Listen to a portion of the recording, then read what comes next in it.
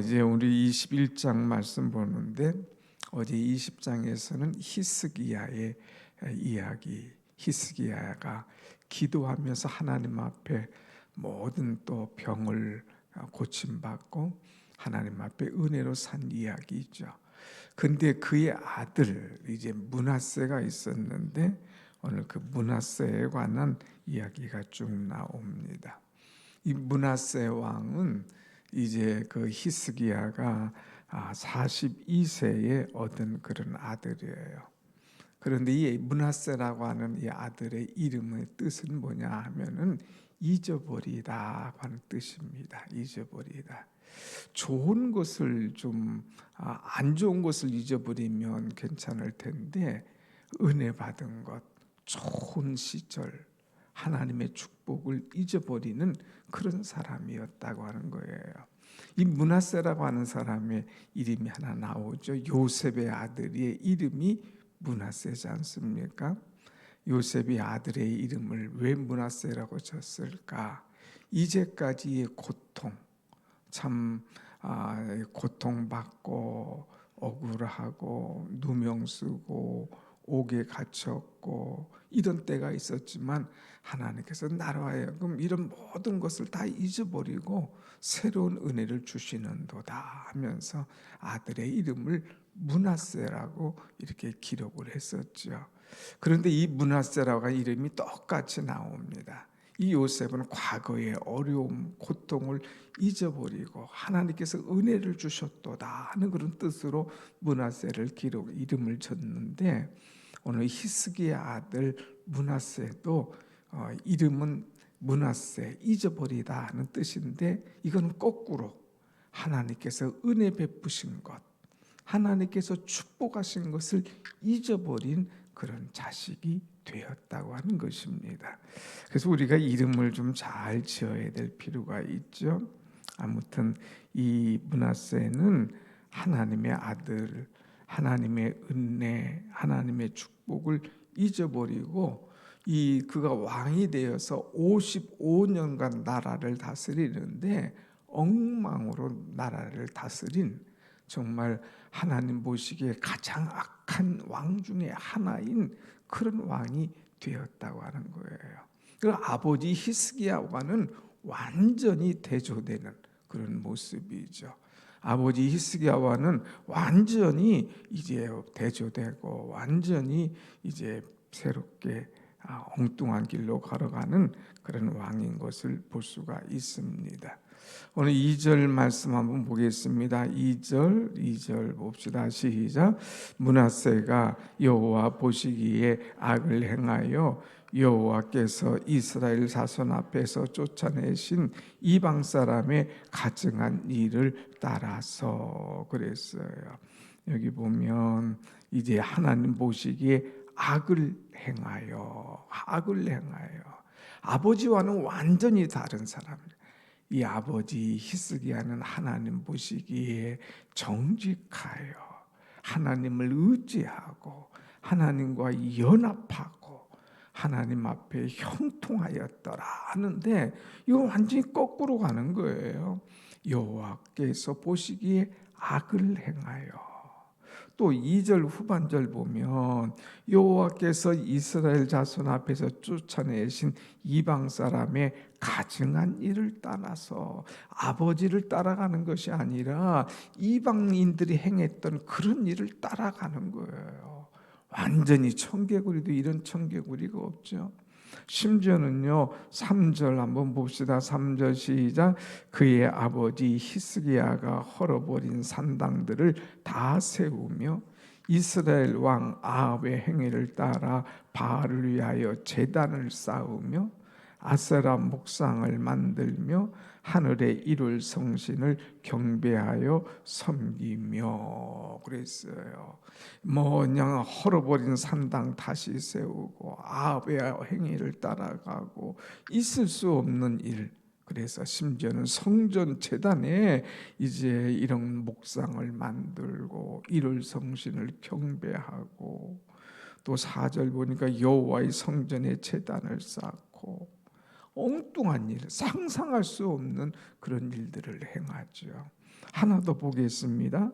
6절 말씀, 6절 시작. 또 자기의 아들을 불 가운데로 지나게 하며 점치며 사수를 행하며 신접한 자와 박수를 신임하여 여호와께서 보시기에 악을 많이 행하여 그의 진노를 일으켰으며 그랬어요.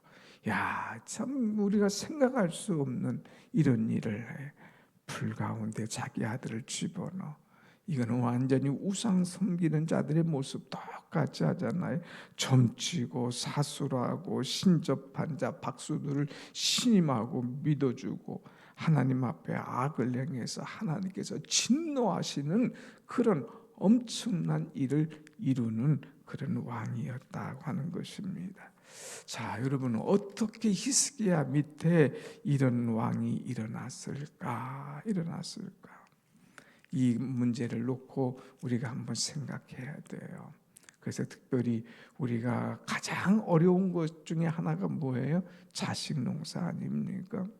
이 자식들을 놓고 우리가 하나님 앞에 기도를 많이 해야 되고 하나님 앞에 내가 먼저 바로 서야 돼요. 또 자식에게 하나님의 말씀을 주어야 됩니다. 오늘 이 히스기야가 이렇게 된 이유를, 그 원인이 무엇일까 하는 것을 한번 두 가지로 생각해 보면, 첫째는 하나님 앞에 이 기도가 없었어요.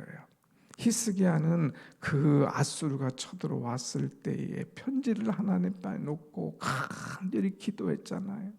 그래서 하나님께서 18만 5천을 다 죽게 만드셨지 않습니까? 또 자기 몸에 질병이 왔을 때에 그냥 얼굴을 낯을 벽을 향하여 하나님 앞에만 기도하고 통곡했잖아요. 그럴 때 하나님께서 15년 생명을 연장시켜 줬지 않습니까? 그것이 우리가 본 19장 20장에서의 축복의 은혜의 말씀인데, 그가 이제 이런 질병에서 나았을 때에 이 바벨론 사람들이 축하러 오잖아요. 그럴 때 자기 있는 거 다 보여주지 않습니까? 그럴 때에 이 이사야 선지자가 도대체 왜 이런 일을 행했냐?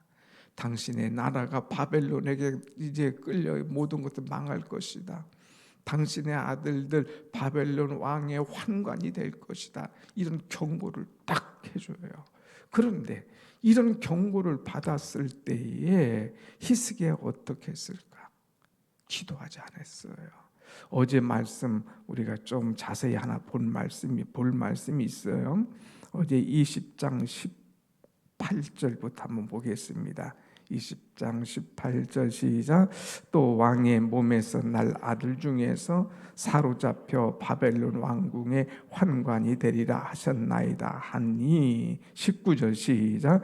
히스기야가 이스기야에게 이르되 당신이 전한 바 여호와의 말씀이 선하니이다 하고, 또 이르되 만일 내가 사는 날에 태평과 진실이 있을진데 어찌 선하지 아니하리요 하니라.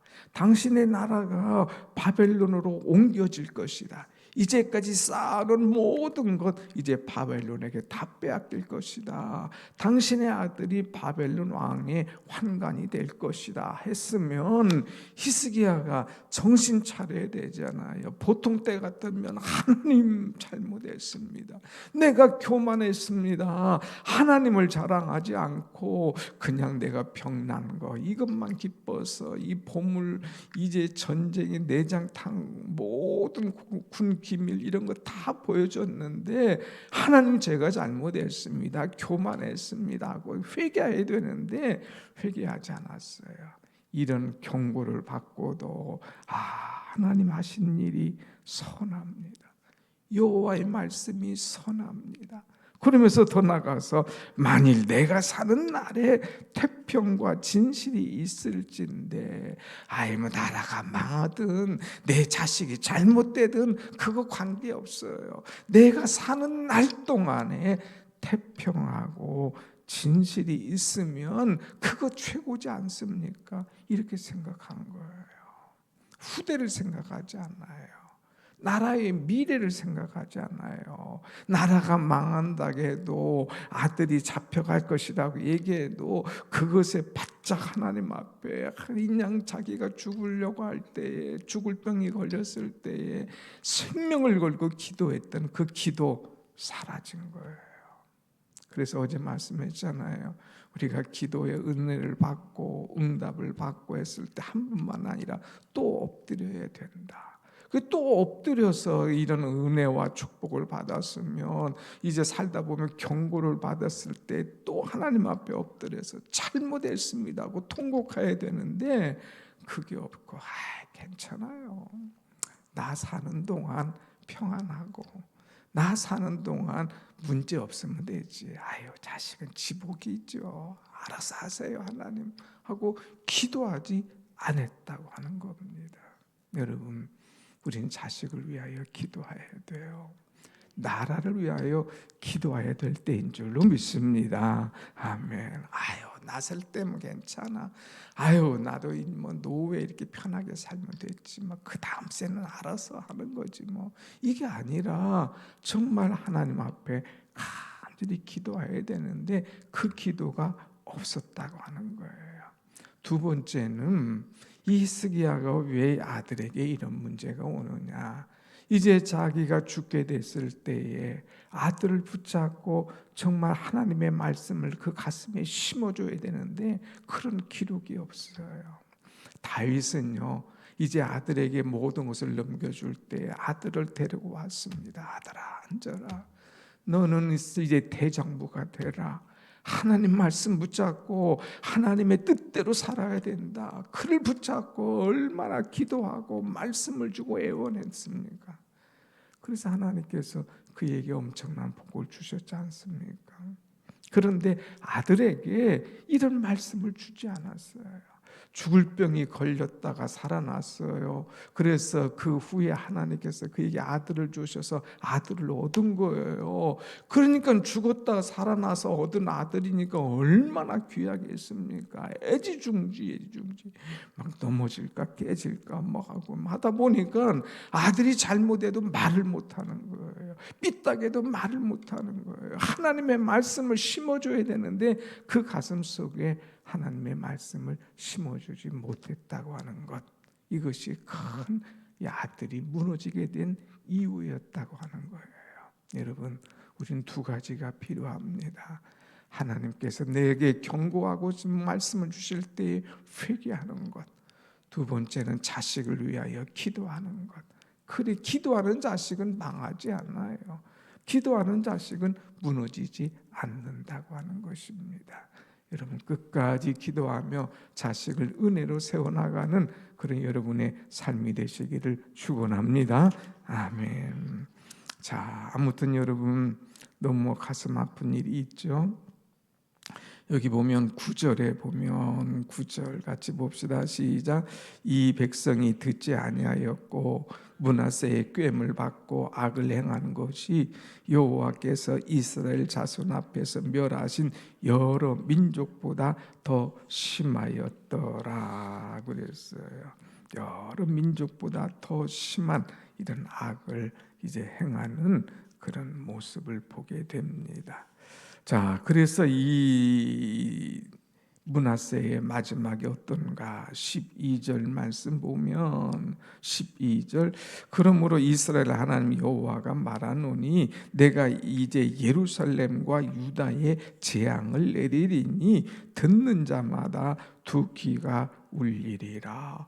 막 듣는 사람마다 놀랄 정도로 귀가 쫑긋대고 어떻게 유다가 이렇게 망할 수가 있어? 이 북이스라엘 망한 것은 이해가 돼. 그런데 어떻게 남유다, 하나님께서 그렇게 세워가는 유다가 이렇게 망할 수가 있어? 막 사람들이 놀라서 귀가 울릴 정도로 이런 일이 일어날 것이다 이거예요. 심지어는요 13절 봅시다. 13절 시작. 내가 사마리아를 잰 줄과 아합의 집을 다림 보던 줄을 예루살렘에 베풀고 또 사람이 그릇을 씻어 엎음같이 예루살렘을 씻어 버릴지라. 그릇을 씻어가지고 딱 엎어놓잖아요. 이것처럼 예루살렘을 완전히 씻어가지고 내가 엎어놓을 것이다. 끝장을 낼 것이다 이거야. 끝장. 야, 참 얼마나 아픈 이야기입니까? 14절 말씀도 봅시다. 14절 시작. 내가 나의 기업에서 남은 자들을 버려 그들의 원수의 손에 넘긴즉 그들이 그 모든 원수에게 노략거리와 겁탈거리가 되리니 그랬어요. 막 원수들에게 노략거리와 겁탈거리가 될 수 있도록 남은 자들을 다 버릴 것이다. 버릴 것이다. 므낫세 이 악 때문에 하나님께서 나라가 망하고 사람에게 조롱당하고 사람도 하나님께서 다 버리는 그런 나라가 그런 사람이 될 것이다 하는 거예요. 참 안타깝지 않습니까? 그래서 이런 마지막이 있는데 오늘 이 말씀을 조금 더 자세하게 나오는 것이 역대하예요. 그래서 지난번에 말씀했지만 역대하는 이제 남유다 왕들의 이야기만 쭉 넣는데 좀 더 자세하게 나오는데 이 므낫세가 죽기 전에 이제 바벨론의 포로로 잡혀갑니다. 왕이었는데 그래서 이 손에 쇠사슬을 다 묶고 결박해서 그 아들을 포로로 잡아가요. 포로로 잡혀가 있을 동안에 그때 이 므낫세가 정신을 차리는 거예요. 하나님 잘못했습니다. 하나님 내가 하나님 앞에 교만했습니다. 하나님 내가 악을 행하였습니다. 그렇게 기도할 때에 하나님께서 그의 기도를 들으셨어요. 그래서 다시 고국에 돌아오게 해주셨습니다. 이것은 또 뭐냐? 우리가 악을 행하고 죄를 범했을지라도 하나님 앞에 회개할 때에 하나님께서 용서하시는 하나님은 긍휼의 하나님이신 것을 우리에게 보여주고 있습니다. 그렇기 때문에 내가 잘못했을 때에 내 자식이 잘못했을 때에 우리가 할 일은 하나님 앞에 기도하는 거예요. 히스기야 통곡하고 기도한 것처럼 므낫세가 그렇게 악한 일을 했지만 나중에 깨닫고 이제 쇠사슬로 잡혀가고 이런 일이 있을 수 있을까? 이것은 하나님 앞에 내가 악을 행하였도다고 철저하게 회개했을 때에 하나님께서 다시 회복시켜 주신다는 사실을 깨닫고 우리는 문제는 어떤 일이 있든지 하나님 앞에 기도하면서 회개하면서 회복시켜 주시는 하나님의 은혜를 맛볼 수 있는 우리의 신앙이 되기를 간절히 원합니다. 아멘. 기도하십시다.